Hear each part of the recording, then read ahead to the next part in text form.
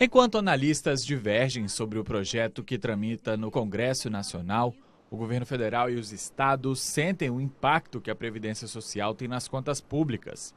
Entre os economistas, há um consenso sobre a necessidade de novas regras para a Seguridade Social. Para o presidente do Conselho Regional de Economia do Espírito Santo, o modelo atual não se sustenta. Nosso regime de previdência é regime de repartição simples. Como que funciona? Nesse regime, nós temos que ter uma determinada quantidade de servidores na ativa que vão, com as suas contribuições, pagar o benefício dos aposentados, né? Esse é o fundo, né, o pano de fundo de funcionamento da Previdência. Hoje todo mundo, a maior parte, né, dos técnicos, né, da sociedade, sabe que é necessário fazer uma reforma da Previdência. O déficit não afeta apenas os cofres da União. Para o secretário da Previdência do Ministério da Economia, o Espírito Santo tem uma das previdências mais críticas do país. Porém, em função do ajuste fiscal que o Estado realizou nos últimos anos, a situação é menos grave. O Estado do Espírito Santo hoje é um dos estados que tem uma situação fiscal menos complicada comparando com outros estados do Brasil.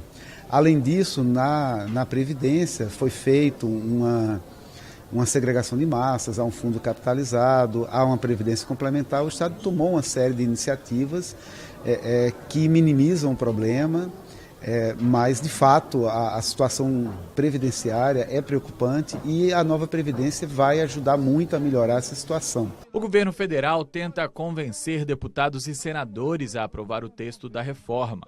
Um dos argumentos usado por Paulo Guedes, ministro da Economia, é de que a reforma atrairá investimentos para o país, movimentando a economia e gerando novos empregos. Mas para o presidente do Corecon, só a reforma não garante o crescimento do país. Hoje nós temos um déficit, né, muito grande nas contas do governo, né? Boa parte é a questão da Previdência.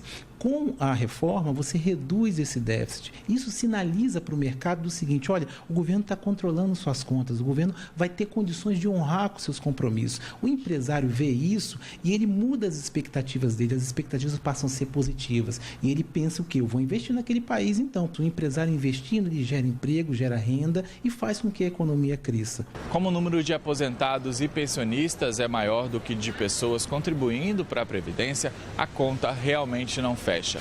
Tanto economistas quanto representantes dos aposentados concordam com a necessidade de uma reforma da Previdência, mas divergem do texto que está no Congresso Nacional. Eu acredito que a reforma da Previdência vai ser aprovada, não na íntegra da forma que está aí, porque ela precisa de alguns ajustes, algumas correções precisam ser feitas, mas o cenário nosso é de a gente ter uma reforma aprovada.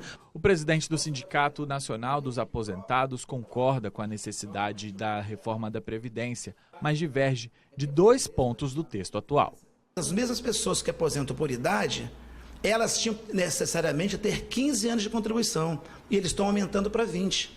Então é como se estivesse dando com a mão e tirando com a outra. Eles criaram a idade mínima de 65 para homem e 62 para as mulheres. Ou seja, dificultaram ainda mais a vida das mulheres trabalhadoras.